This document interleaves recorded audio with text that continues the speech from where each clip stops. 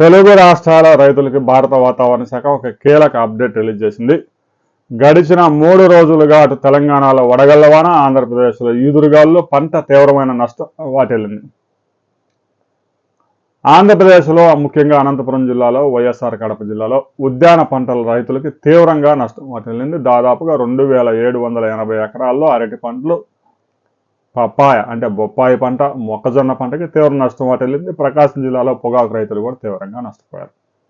ఇక ఆ పంట నష్టాన్ని అంచనా వేసే పనుల్లో అధికారులు ఉన్నారు. అయితే మరో 24 గంటలు ఆంధ్రప్రదేశ్లో ముఖ్యంగా ఉత్తర కోస్తాలో ఈదురుగాలులతో కూడిన వర్షాలు కురిసే అవకాశం ఉందని భారత వాతావరణ శాఖ హెచ్చరించింది.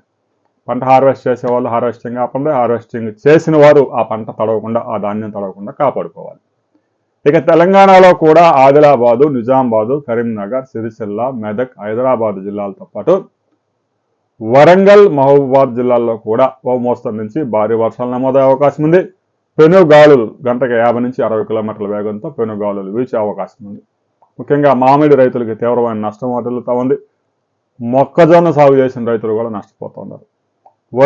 వరి పంట కూడా నేల కొరుగుతూ ఉంది. ఇప్పటి వరకు సరిగా నీళ్లు లేక పంటలు ఎండిపోతూ ఉంటే ఇప్పుడు ఈదురుగాలు కూడా తీవ్ర నష్టాన్ని మిగులుస్తూ ఉన్నాయి. మరో 24 గంటల పాటు తెలంగాణకి వడగళ్ల వాన ప్రమాదం పొంచే ఉంది.